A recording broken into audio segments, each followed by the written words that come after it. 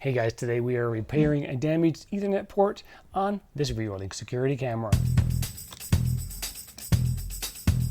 Now the RJ45 connection on a security camera can get damaged or even fail, especially if it's not sealed. If any moisture gets in there, you may see burn marks like this, or maybe even corrosion, resulting in the camera no longer working. The camera may even power on and the infrared lights might even appear, but no data is flowing. I'm going to show you two methods to replace the female Ethernet port right here. First, with a female Keystone jack, and secondly, with a female to female coupler.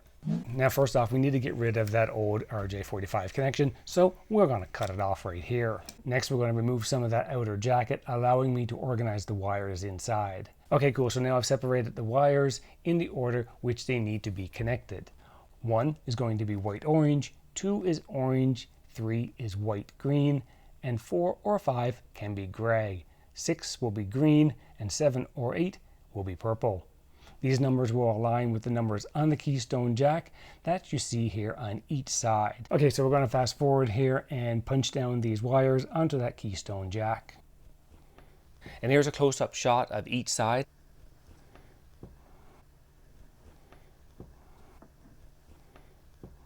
Let's get this plugged in and test it out.